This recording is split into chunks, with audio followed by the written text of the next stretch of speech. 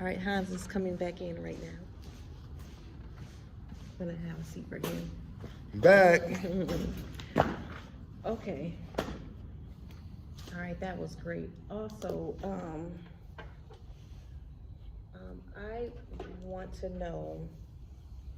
Oh, so okay, so comparing. So it sounds like it's like having a business, and it's all on the person themselves and on how much their level of thinking or how much they want out of it or believe that they can get.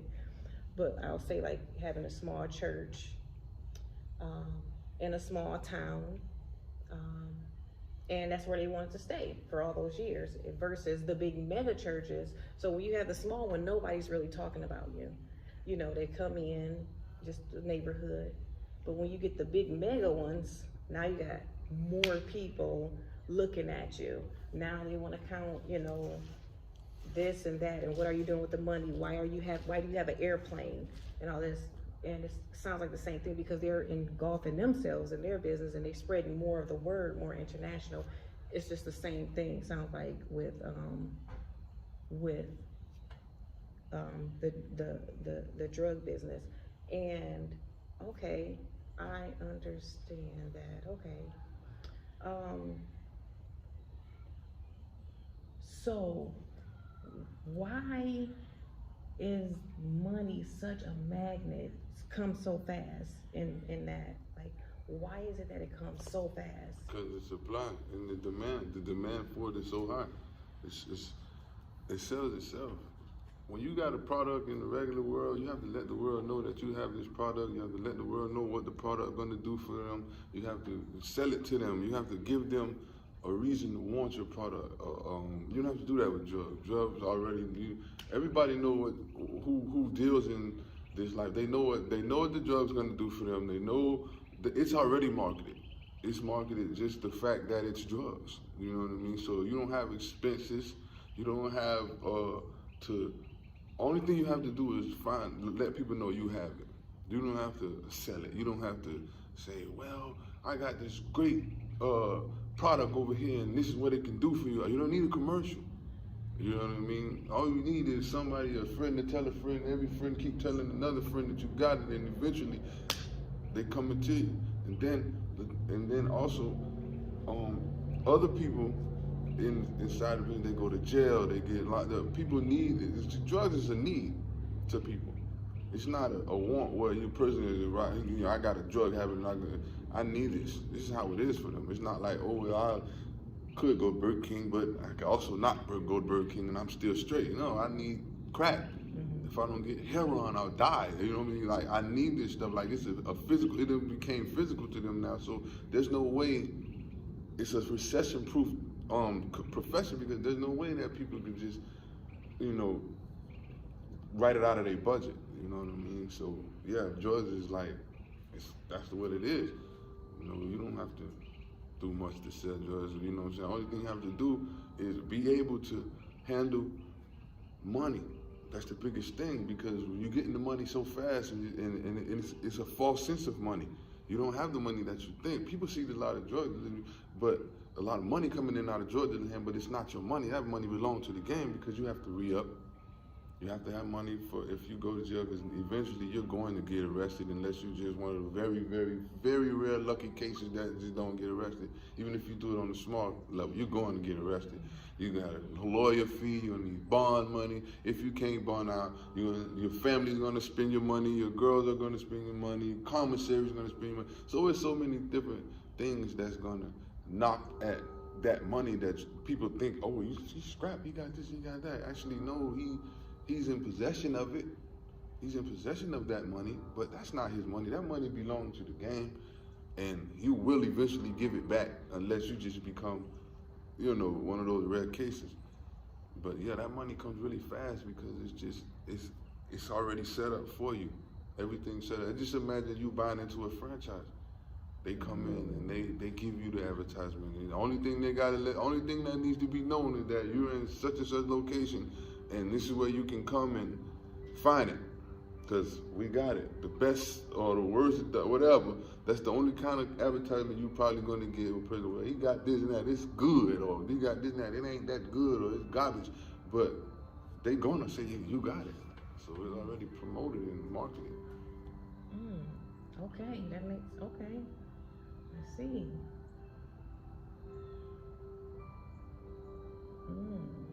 Okay. Okay.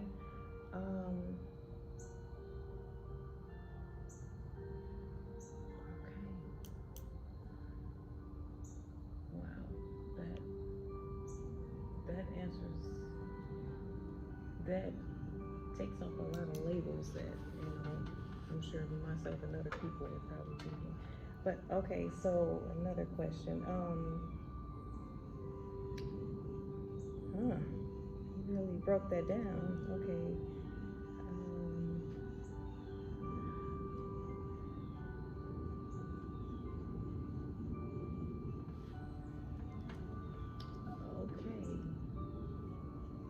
Okay, so you spoke about supply and demand, the product already market itself, and it's a need. Because my next question was about to be, how is it that the drug businessman can make so much money off of, and some people don't even really have much money versus someone running a business at the gas station or whatever, not making nowhere as much. And these are more people, their customers have way more money, and what they would call successful lifestyles versus the drug businessman. He's dealing with some people who maybe live check to check or no checks at all and only get the money for that drug. But the thing is that all of their money is for drugs. I mean, I might have a lot of money, but all of my money is not for your service. You offer a service that I can do without. You know what I mean? I can skim down on that. I have to scale back on my budget. But if I'm on drugs, I count my money in highs. I got X amount of money. I can get high X amount of times. And some of them, they even try to be smart about it. If I could just keep going to different people and be short, instead of like just say I got $200 and I can get instead of it being 8 times that I'm getting something for $25, I can just keep saying, oh, I only got 20, and that'll be 10 times that I can get, you know what I'm saying, high or whatever the case may be. So yeah, that all of the money is for that. So, the ratio is, it tips in the favor of the drug dealer, because if you got a guy, you offer a service to a person who makes $500 a week, and he can't afford your $10 or $15 service, he's gonna say, nah, I'm all right because I can live without that. But if you got a guy who got a $500 a week income and he smoke drugs, 500 of his dollars are mine. You know what I mean? Some of it already in my pocket because I've credited him, or whatever the case may be. And it's how it is. Right, because sometimes they don't even pay their mortgage. No, they won't. Drugs come first. Yeah. To a person on drugs. Okay. Unless it's a casual, you have drug users and you have abusers. And most people deal with abusers because they are the ones who throw caution to the wind. Some people who drug users, they're like, well, I could do without your service as well, Mr. Drug Dealer. You know what I mean? Because I'm not this weekend. I got my grandkids coming, and I need to be more responsible this weekend, so I'll let you next weekend, and that's cool too. But the vast majority of them are abusers who they put nothing over drugs, and drugs is their very first thing that they go at, and then the very last thing before they go to bed. They're gonna wake up and they gotta get high, and before they go to bed, they gotta get high. And opposed to somebody who's saying, well, I got a little extra, so I'm gonna go to this place, or get this service, or get this product because I got a little extra this week or this month. The person on drugs, there's no such thing as extra. Everything he got is pretty much for drugs. He might slide something to eat in there every once in a while, but he ain't even worried about much of that. You know what I'm saying? And it's levels, because you got, you know, when you first start, you dealing with those people, but after a while, you're not dealing with them, but they're the engine of the drug business. Because at the end of the day, those are the people who are using the drug. Like, I may go up and I sell to somebody who don't use the drug themselves, but they sell to somebody who uses the drugs. Or I go up again and I don't sell to the person who sells to the person who uses the drugs. But eventually, it's getting down to the person who used the drugs. So the person who used the drugs, they are the engine of the whole thing. You know what I mean? Without them, you know, the business won't even thrive. Like, why would anybody buy drugs if there was nobody who used them? So at the end of the day, it's all about the people who using the drug that make the drug industry be what it is. And there's a lot more of them than it are people who make it and who sell it. For every person who sells drugs, you might have 20, 30 people at that one given time that deal exclusively with you, you know. Okay, so let me ask you this. So that white power that gets the drug businessman up in the middle of the night at 2 o'clock in the morning, or 12 in the afternoon, or in just all those hours, and I'm thinking maybe every day, mostly.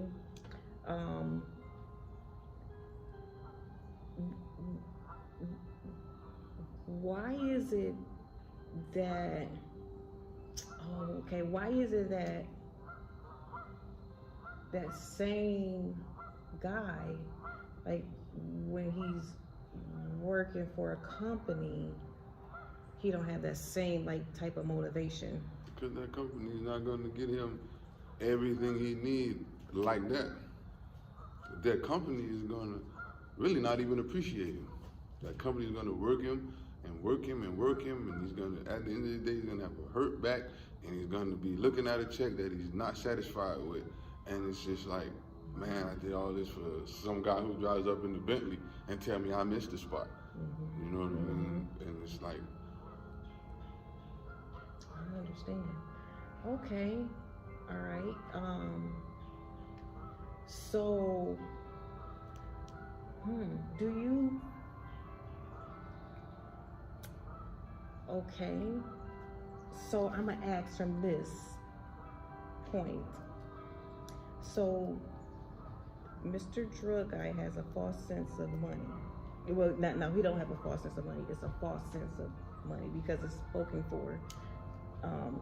It's in possession. It's not all in his. He has possession of it. However, the money is spoken for in all these different places. So balancing out.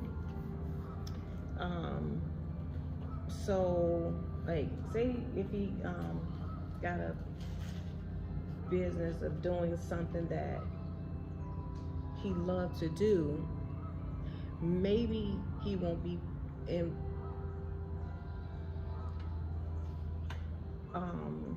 just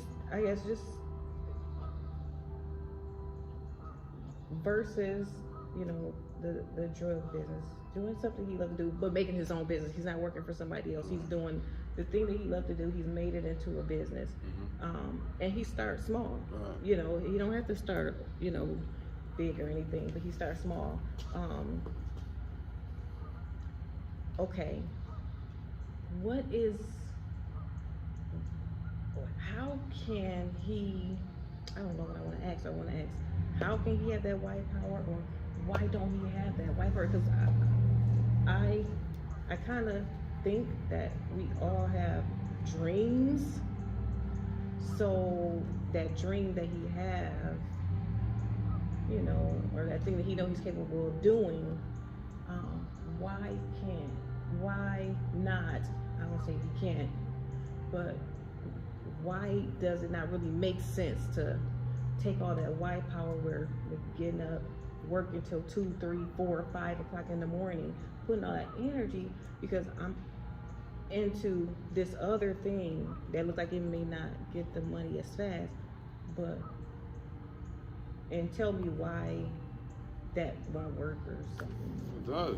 Okay. And people do it all the time. I mean, I would like to, I think, me personally, I will. You know, that white power still stays. For me, it's there, you know what I mean? But I don't know, some people, you know, maybe they don't, it doesn't work for them, or maybe they just like any other business, they go out, but it's there.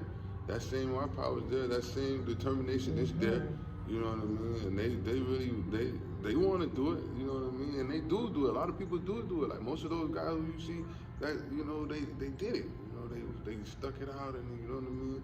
And it's, but the thing about it is just as many people who didn't, you know, get up and work hard, and you know, just as many of those people, there are just as many that did, but we don't hear about them. We don't see about them. They don't get highlighted. You know what I mean? They don't get the exposure. You know what I mean? Like, for instance, if you say you go to prison or you go to jail, and there's nobody that calls you back in after 2 or 3 years and say, look, you made it, you didn't get in any more trouble, you started a business, you went to school, we're gonna give you such and such accolade. It don't have to be money, we can give you a t-shirt, or we can give you a plaque or something. They don't do that. But the minute you get in trouble, they parade you in front of everybody. Look, this is a guy, once again, and you know, they put you in the newspaper and everything. But it's not every day that you hear about the guy who, this is his 5th anniversary of being released, that he's doing good, he got a thriving business, and it ain't booming, but he's still working hard. He does, you know, so you don't hear about that a lot, but you hear a lot more about the people who fail. And I've learned in my life that there's so many, and I misspoke, there are more people who do it right than people who do it wrong. There's very much more, because we don't get to see them people, or it's like the hygiene factor. A guy, one of my coaches in sports always told me, he said, if you come around me and you don't smell bad, I'm never gonna tell you nothing. I'm never gonna say anything to you. But if you smell bad, I'm gonna say, yo, you smell bad. So by you not hearing anything, that is like you doing the right thing, which is, I mean, it's the way the world goes. You're supposed to do this stuff. You're supposed to have business. You're supposed to take care of yourself. You're supposed to take care of your family. You're supposed to do these things. So you're not supposed to get recognition for it. However, you get so much negative recognition, I would think that it would just, you know, it would be nice to offset it by giving some recognition to some people. Let some of the people who are in between, maybe they on the verge of doing some things, and they like, man, this is gonna happen anyway. See that it doesn't have to happen anyway, because look what happened over here. But those guys got that white power. It's them. Well, you know, you made a really good point, and it seems like, yeah, when the guy is selling the drugs or whatever, failing, the same money that they put them in prison, feeding him, the court costs, because they got to pay for court, an attorney too, even though he have to, but they do too. The people that call in for jury duty and everything too, all that money, if they could just have like maybe some help for the people who probably did serve some time, you put all that money in that, but nothing for when this man comes out of prison looking for a job. Nobody want to hire him because of a background check, when he really kind of went to prison and came out an even better person. And now they'll have an even better person working for them, but they don't want to give him a chance, not even by even seeing who he is, looking at his face, sometimes not even hearing his voice, but just seeing that background.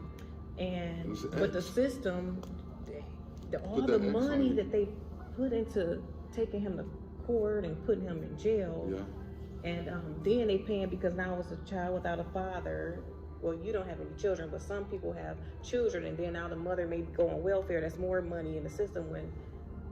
When this man come out, maybe give him a loan to start a business, or have some places where he can work. Same amount, or even less. Yeah. When I came home, I mean, they threw me in the halfway house and was like, yo, go get a job. And I'm like, okay. I've been gone like a very long time, like, I don't even know what streets or what anymore. Like, how you expect me to go out here and get a job? Lucky for me, I knew people, and they were like, yo, look, come down here where I work, you know what I mean? But, I mean, it's like you leave out of that prison in this culture shock, because it's not, they don't say, okay, we're gonna wean you back into society. You back out.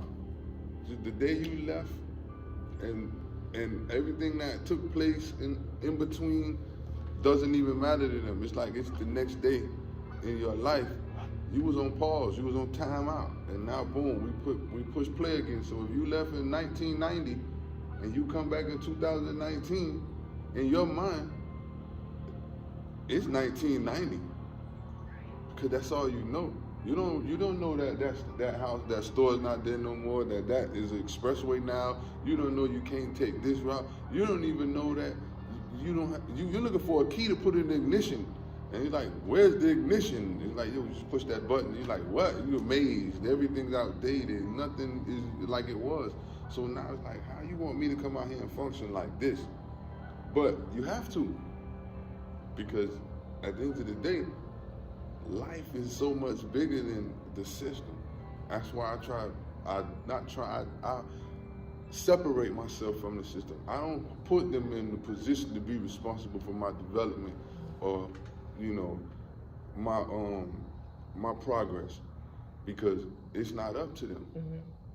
First of all, I should have never put them in the position and gave them the opportunity to give me orders of my life, how I have to move. Now I have to answer to them. I'm a man and I answer to God. So I shouldn't even be having to worry about, will they give me a job or will they allow me to do this or will they? No, because at the end of the day, I have to do that for myself in my own life. So it's incumbent upon me to be whatever I need to be for myself and, my family and whoever, I'm doing it for, because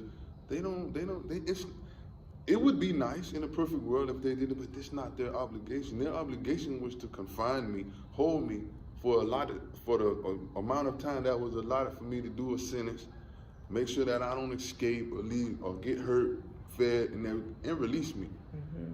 Now that I'm out, I'm back to my element. You know what I mean? And just like you might take a wild animal, not to say we wild, but you might take an animal out of the wilderness and you take him and you domesticate him and you have him for so long and he might get too big or whatever the case may be, you can't have him no more. And you put him back in his natural habitat.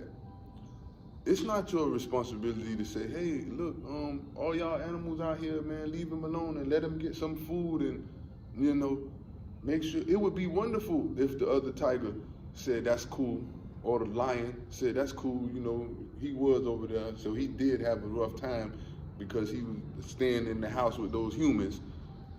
But no, he's thrust back out there, and if he don't survive, he's gonna die. He's gonna end up somebody else dinner. Mm-hmm. So I take the same mentality, like, yeah, it would be nice for them to come in and say, look, we can help you with this and we can help you with that, which they can. But if they don't, I still have to keep from being somebody else's dinner. Mm-hmm. You know what I mean? And that's just the cold reality of the situation. Mm-hmm. You know what I mean? And it's just sometimes like you have to take it back. You have to take it back. You have to put the onus on yourself. Like, look, hey man, stop saying that these people don't do this and these people don't do that. We know that. We already know that. But it's too many examples of people who have done the right thing and who have, they did it. Even though we don't see it all the time, they're there. Mm-hmm. Seek them out. The guy standing next to you. I went to a job. I worked a job, and the owner of the company. This is a $1 million company, like multi-million-dollar company, was an inmate before, and I never knew it. Nobody was like, hey man, look, you going to work for an inmate. He did background checks just like everybody else. You had to pass drug tests just like everybody else, just like everything. So you don't know that you're working for a guy who's an ex-convict until a situation arises and he brought it to my attention. Look, man, I was where you was at before. I'm like, man, you weren't where I was at. He's like, look, I have a number. Like I was in prison too. And you look, and as far as you can see, there's big trucks, like 18-wheeler trucks. He sell them, and that's a big company. And he got like 4 locations throughout South Florida. And I'm like, this is a man who did prison time, legitimate prison time. Not, I just went through it. No, he did time in prison, a significant amount of time, to where his life was, wasn't how it was when he left. And he came back out and he did whatever he had to do. So I can look at that and I can say, man, I don't have to fail. Mm-hmm. Why do I have to fail? The same way it's possible that I fail, it's possible that I don't. Mm-hmm. That's good. Okay, so I want to know. Okay, so I am, I'll say, from a, I don't know, call me a civilian. I don't know how to word it, but from a civilian standpoint, from a citizen standpoint, that society is supposed to be protecting me, right? Law-abiding citizen. Yeah, yeah. Okay, now I'm going to speak from when you say it's not their responsibility, the government, the same ones who's hiring the police officers to put the people in jail and all of this, putting all the money into the prisons to put these people in jail and keep them in jail for all these years. It's not their responsibility for when he do get out. They just send him to a halfway house. It's not their responsibility for them to transition. Hold on 1 second.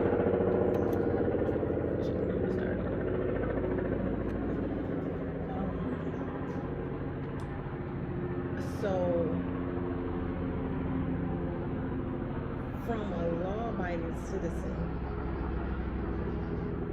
I don't see where that make any sense to not.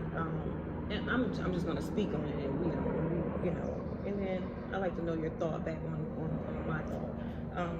I don't see where that make any sense. So now you put him back out here, and he's not transitioning. Okay, so in their mind, like you said, he went in 1999, he get out in 2019, and they expect him to press play because you press stop for a second for that gap. But this person, I'm almost like they're not realizing that they press and play every day. And even the people who probably work in the prisons, they press play every day too. So they don't even know, they can't even relate. Even though they see this man every single day, they cannot relate to when he step out. Because they know about the non-startup cars, but this is not things that they're talking about probably, or they don't know that this house is, or they do know that the house isn't there anymore. Their life is just different, they're working in there. So I'm talking about somebody who's close to the inmate. Okay, and then I feel like it is the state's responsibility. I wish that I could see where they do help them transition and money, because what they're doing is putting them back out, and now they really gonna have the choices again is all over again now, just in a grown man body, which makes it even more, because he got family and may have a child that's been maybe 10 years old or 12 years old. He want to do something for them and he don't have anything at all, so the shame is even more. And I've heard where some people felt like it was easier to just go back.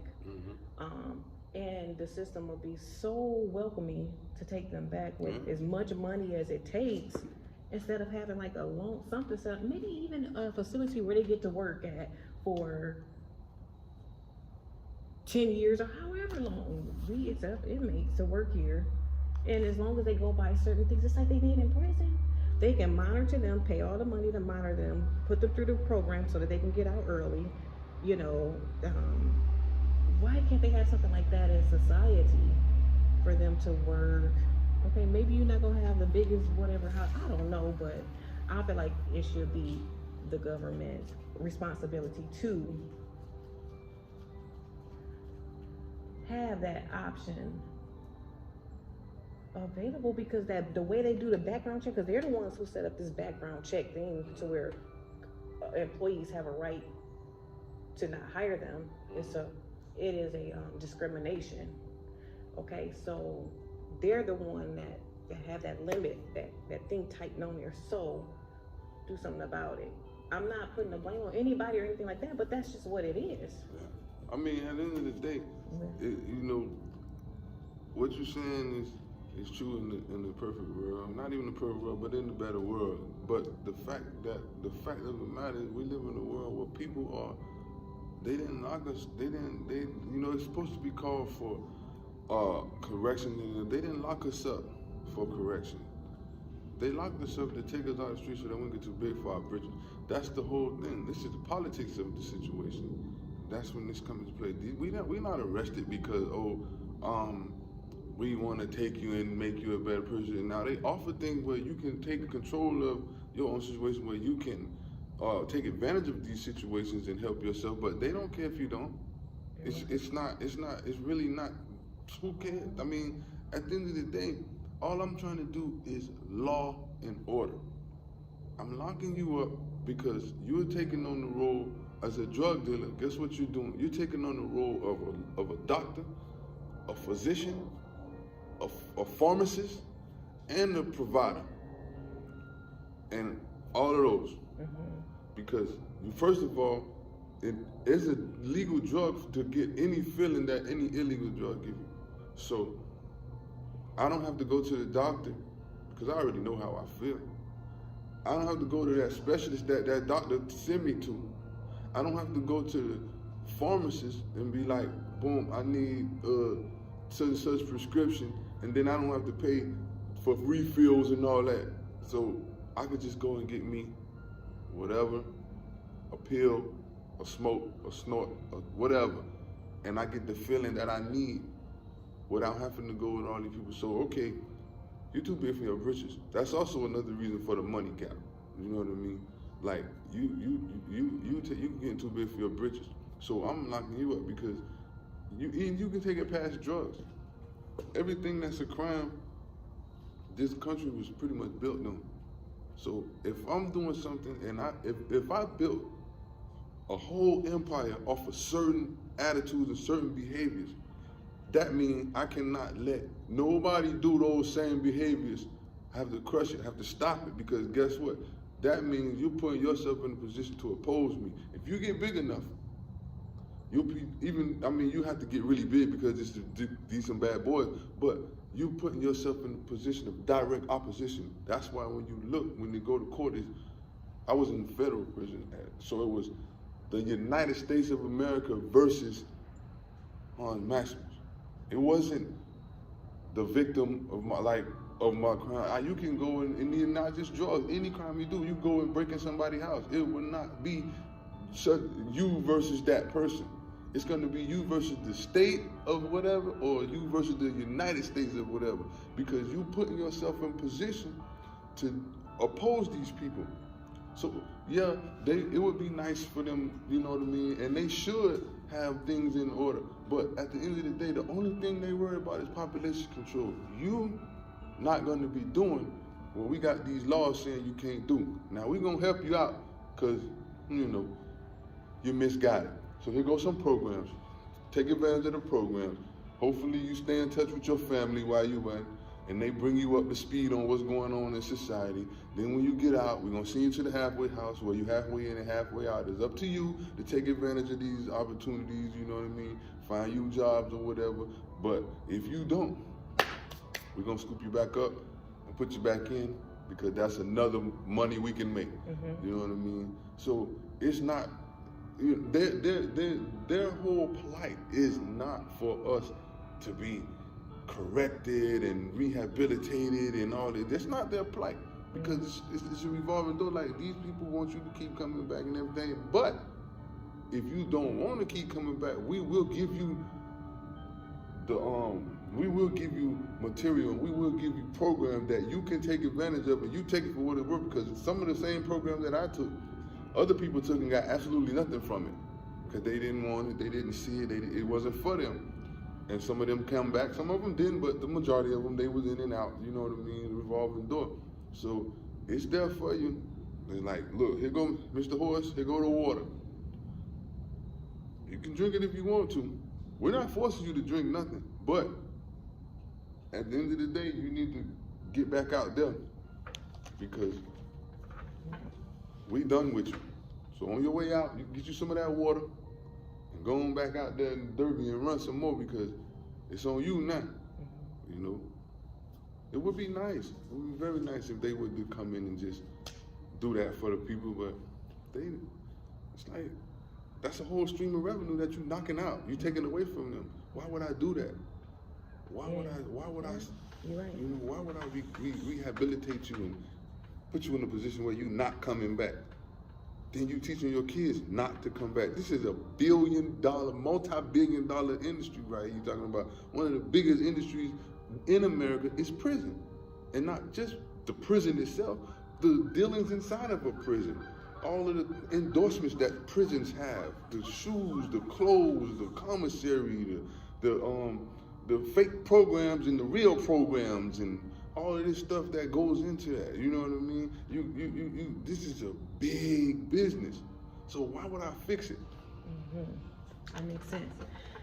And the flip side of that, the beauty of it is, yeah, you have the system, and then you have God too. You have God, and that's the ultimate. You know? That's the ultimate answerance. That's who you answer to. Right.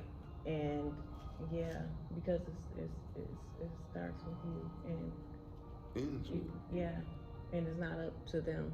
It's up to you. It's up to you. Because you have God that's bigger than all of it, like you said. What is, okay, I'm not gonna keep you too much longer, but I would love to have you back again. I'm gonna ask this question. We'll wrap it up with this, because I don't want to wear out my welcome. I want you to want to come back. What can you tell me? I'm gonna just say 3 to 5, at least 3 to 5 things that a person can do to show support, to be supportive to someone who has did, time in prison. I'm talking about a significant time, like you said, who had the stop button and they push play 10 plus years later, or things change in 5 with 7 to 10, or 20 or whatever years. What is like 3 to 5 things, and kind of, elaborate on it a little bit? Well, one is information. I think that's the biggest help that you can give a person is information. Let them know, what's going on, and you know what I mean. Like, one of the biggest helps that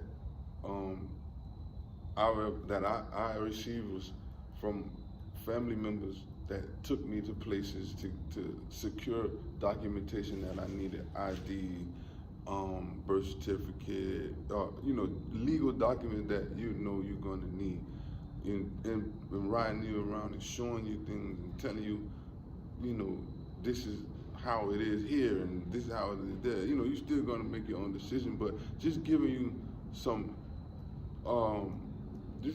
insight on what's, and I would say information is like one of the biggest ones.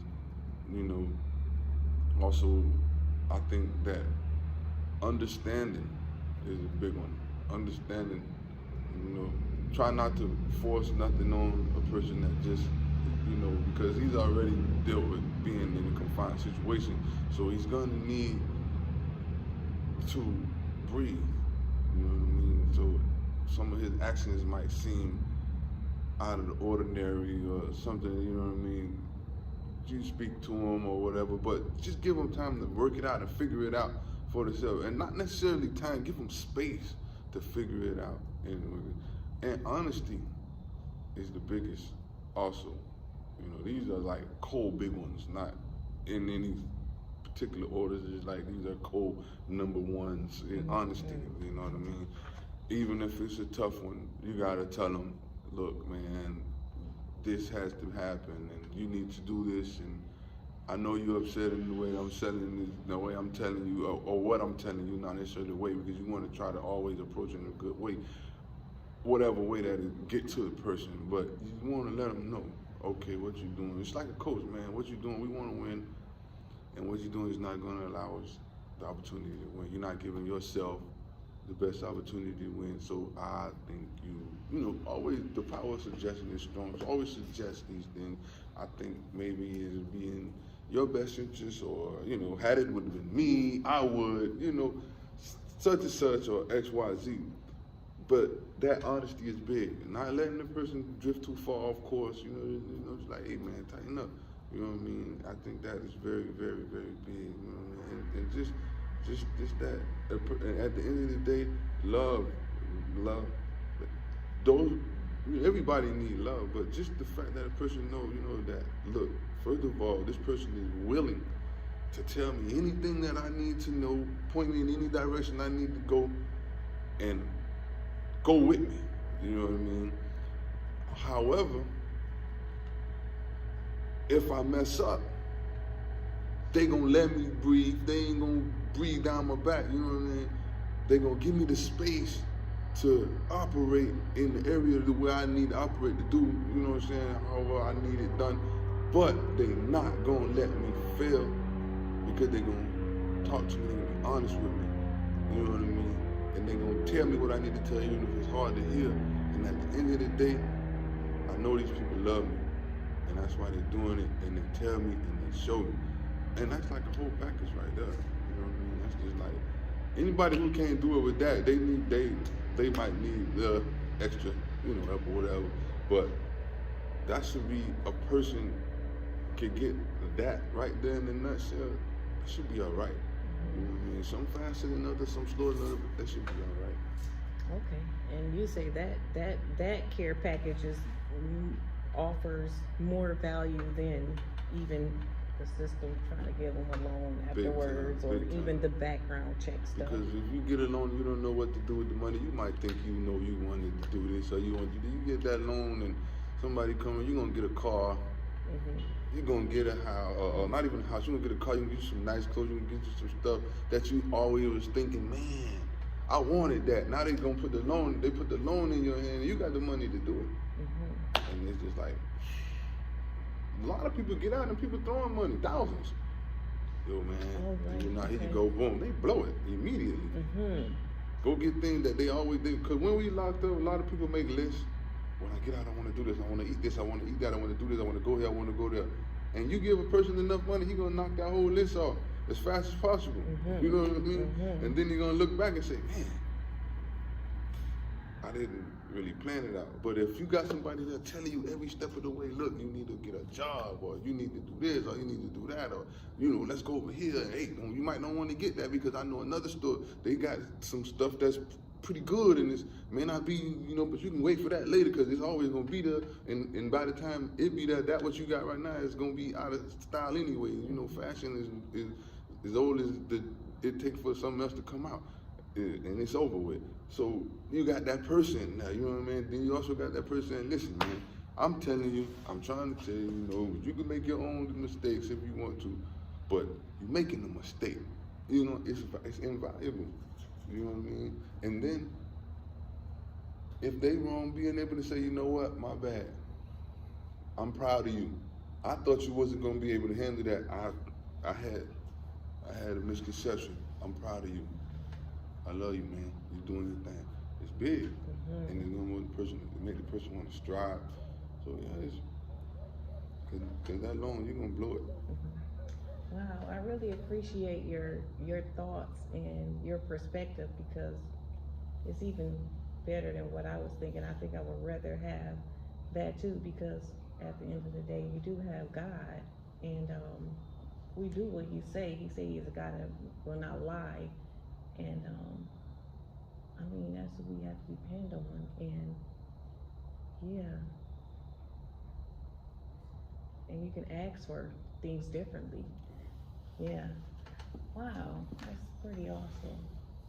And then you just really take control of your life, and nobody else.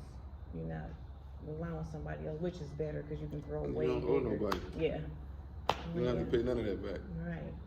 Oh, well, Hans, I just want to say thank you so much. And guys, do you want to see more of Hans? Email me, write me, comment. But I'm going to see if I can get him back. And do you think you'll ever come back again? I'm never leaving. Okay. I'm going to give him a hug.